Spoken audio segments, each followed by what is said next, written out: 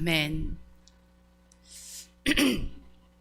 인간관계에 있어서요, 가장 중요한 것은요, 여러 가지가 있는데 거기는 서로 신뢰하는 것도 있고 또 사랑도 있고 또 많은 것이 있지만 제가 요즘 많이 느끼는 것은 소통인 것 같습니다.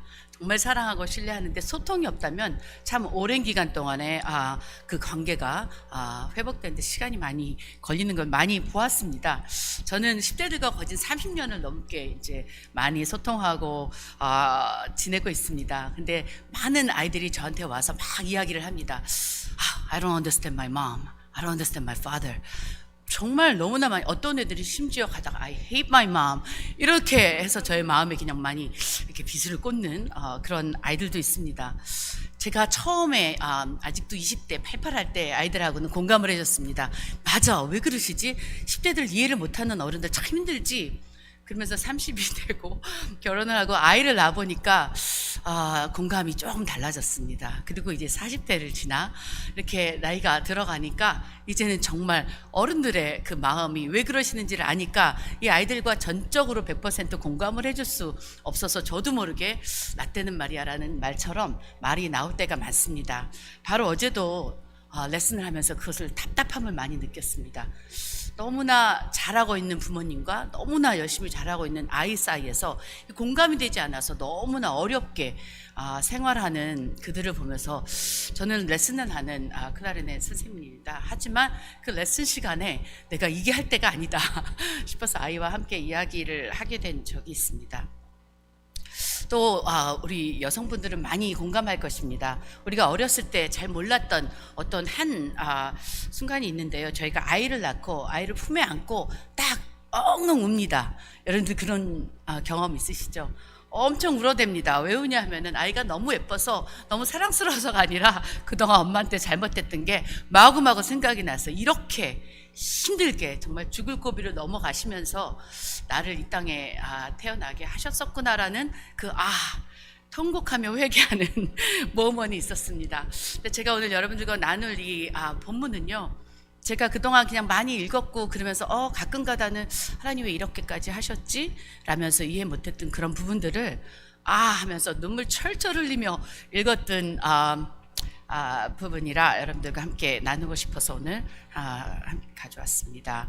민수기 15장 32절에서 41절까지입니다. 여러분들은 제가 읽을 때 그냥 가만히 생각을 하시면서 들어주셨으면 좋겠습니다.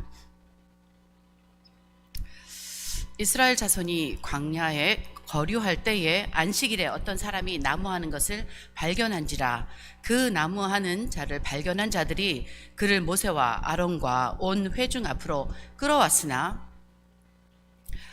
어떻게 처치할지는 지시하심을 받지 못한 거로 가두었더니 여호와께서 모세에게 이르시되 그 사람을 반드시 죽일지니 온 회중이 진영 밖에서 돌로 그를 칠지니라. 온 회중이 곧 그를 진영 밖으로 끌어내고 돌로 그를 쳐 죽여서 여호와께서 모세에게 명령하신 대로 하니라. 여호와께서 모세에게 말씀하여 이르시되 이스라엘 자손에게 명령하여 대대로 그들의 옷단 귀에 술을 만들고 청색끈을 그 귀의 술에 더하라. 이 술은 너희가 보고 여호와의 모든 계명을 기억하여 준행하고 너희를 방종하게 하는 자신의 마음과 눈의 욕심을 따라 음행하지 않게 하기 위함이라. 그리하여 너희가 내 모든 계명을 기억하고 행하면 너희의 하나님 앞에 거룩하리라 말씀하셨습니다. 본문의 내용은 안식일에 나무를 한 자가 나옵니다. 또 하나님의 지시를, 그 발견한 자들이 하나님의 지시를 기다리면서 그를 감금하고 있습니다. 또 하나님께서 말씀하십니다. 사형을 집행하라.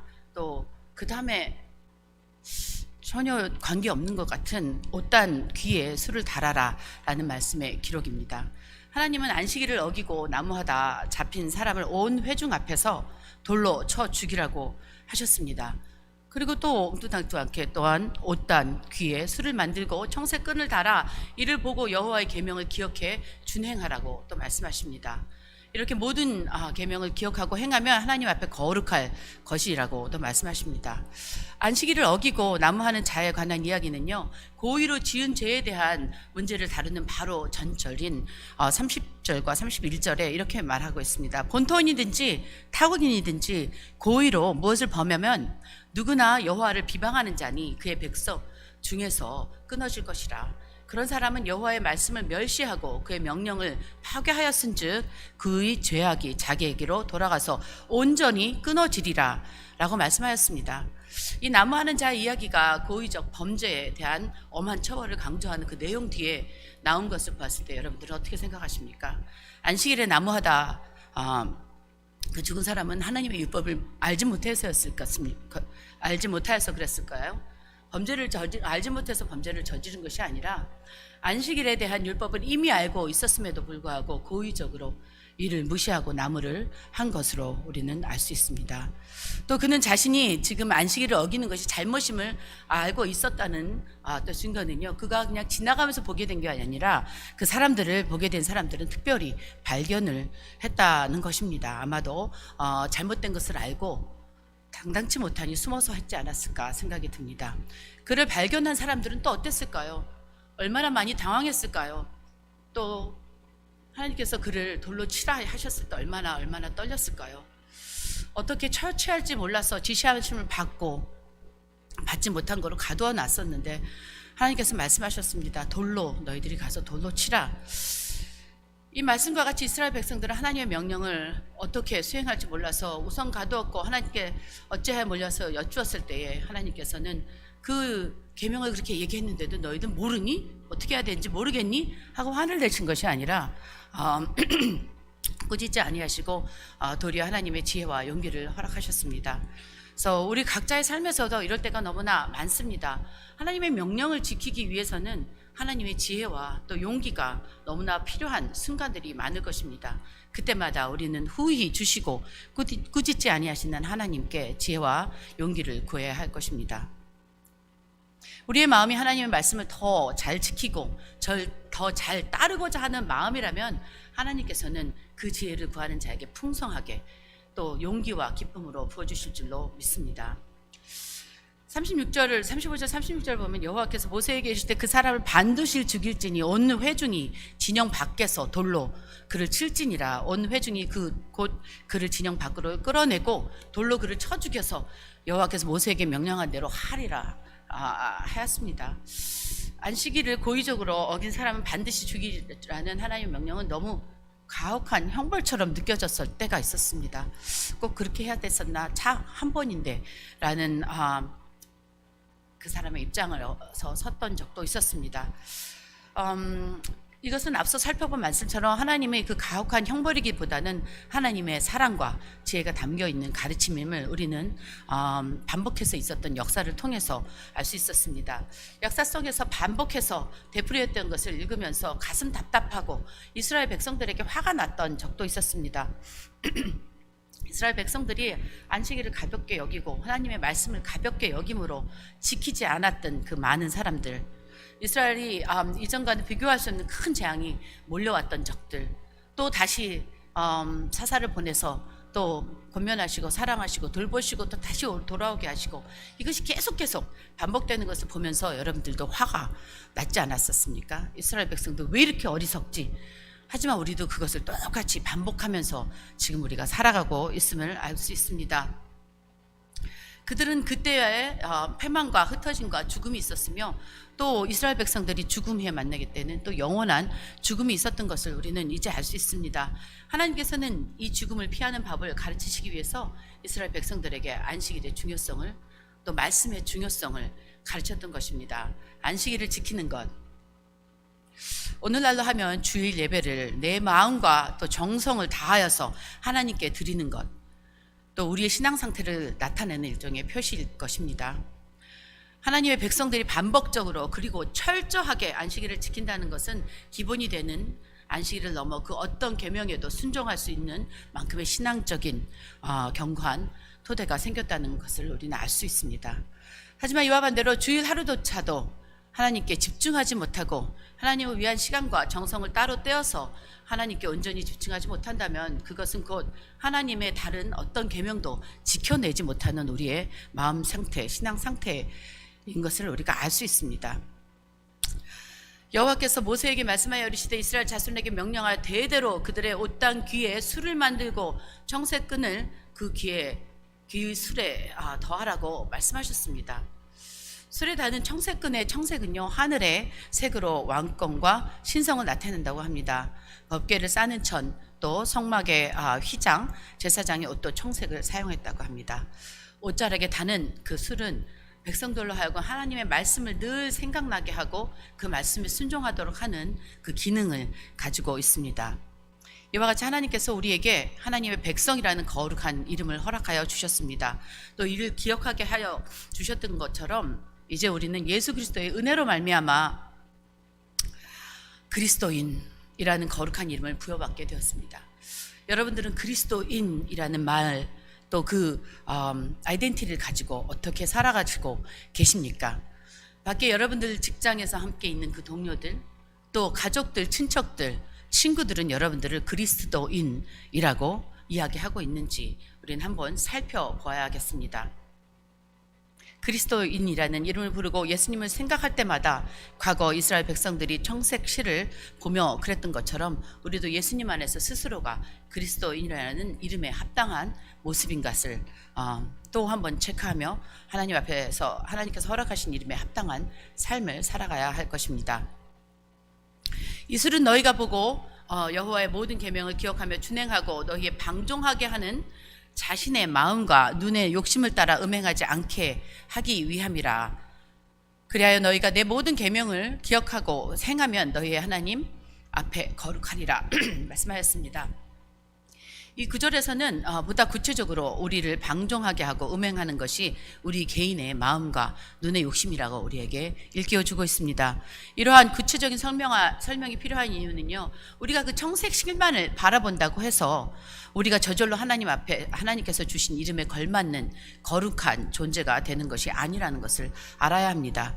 우리가 거룩한 존재가 되기 위해서는 우리의 마음과 눈의 욕심이 하나님의 사랑으로 완전히 달라져야 한다는 것입니다. 우리의 마음이 하나님을 사랑하는 마음으로 충만하다면 우리는 청색실을 볼 때마다 하나님과 하나님의 말씀을 생각하고 또 기뻐하고 또 날마다 말씀으로 우리의 삶을 이끌어 주시는 하나님을 찬양할 것입니다. 이러한 은혜는 하나님께서 그리스도인들에게만 주시는 은혜이며 또 그리스도인들만 알 수 있는 하나님의 특별한 은혜인 것입니다. 그렇다면 이렇게 하나님을 향한 마음으로, 사랑으로 우리의 마음이 충만해지기 위해서는 하나님께서 우리에게 부어주신 어마어마한 사랑을 날마다 묵상하고 이를 감사하고 찬양하며 살아가는 삶을 살아야 하는 것입니다. 우리는 하나님이신 그리스도의 사랑을 묵상하고 찬양과 감사와 또 기도를 드리려고 이렇게 새벽마다 여러분들께서 이 전에 나오시는 줄로 믿습니다. 제가 너무너무 통곡하면서 읽었던 구절을 여러분들과 함께 나누겠습니다. 41절입니다. 함께 읽으시겠습니다. 나는 여호와 너의 하나님이라. 나는 너희의 하나님이 되려고 너희를 애굽 땅에서 인도해 내었느니라. 나는 너희의 여호와 너희의 하나님이라.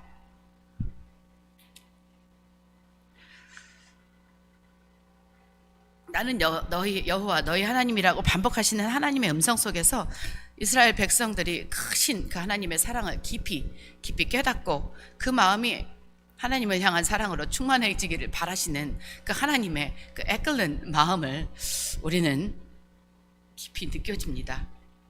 하나님 우리 모두를 크게 사랑하시는 분이십니다. 우리는 그 사랑을 날마다 더 크고 더 넓게 가슴에 품고 알아가야 합니다.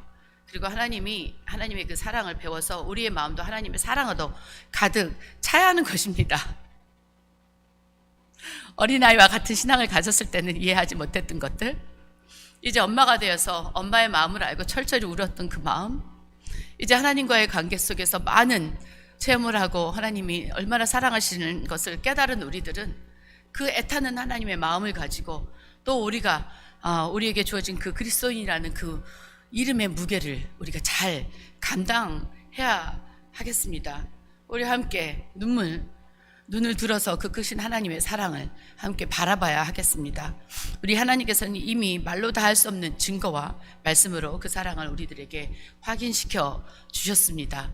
그래서 우리가 그 확인된 그 사랑과 그것을 가지고 아직 확인되지 않은 우리 많은 젊은이들, 다음 제너레이션들을 위해서 기도하시며 소통하시며 사랑하시며 또 감싸 안아주는 저와 우리가 됐으면 좋겠습니다.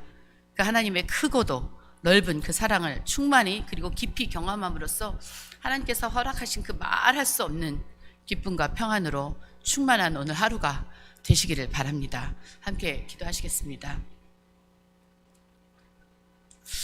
하나님 아버지, 주님께서 날마다 우리를 향하여 하나님 아버지 간절히 또 아버지 크게 또 속삭이듯이 외치는 그 말씀 저희들 가슴 깊이 새길 수 있도록 주님 도와주시옵소서. 깨닫게 하여 주시옵소서. 주의 말씀을 묵상함으로 아버지 주님의 마음을 아버지 알게 하여 주셔서 주님과 소통하는 우리가 되게 하여 주시옵소서. 또 우리를 먼저 깨닫게 하여 주신 주님의 그 뜻이 무엇인지 알게 하여 주시옵시고 그것을 이제 하나님 아버지 더 많이 나누고 더 풍성함으로 우리 삶에서 하나님 많은 이들이 우리를 보며 주님의 사랑을 깨닫게 하시고 주님께 돌아오는 그런 저희들을 도구로 사용하여 주시옵소서. 날마다 감사합니다. 또 오늘 하루에 있는 모든 것을 주님 앞에 의탁하고 예수 그리스도 이름으로 기도드렸습니다. 아멘.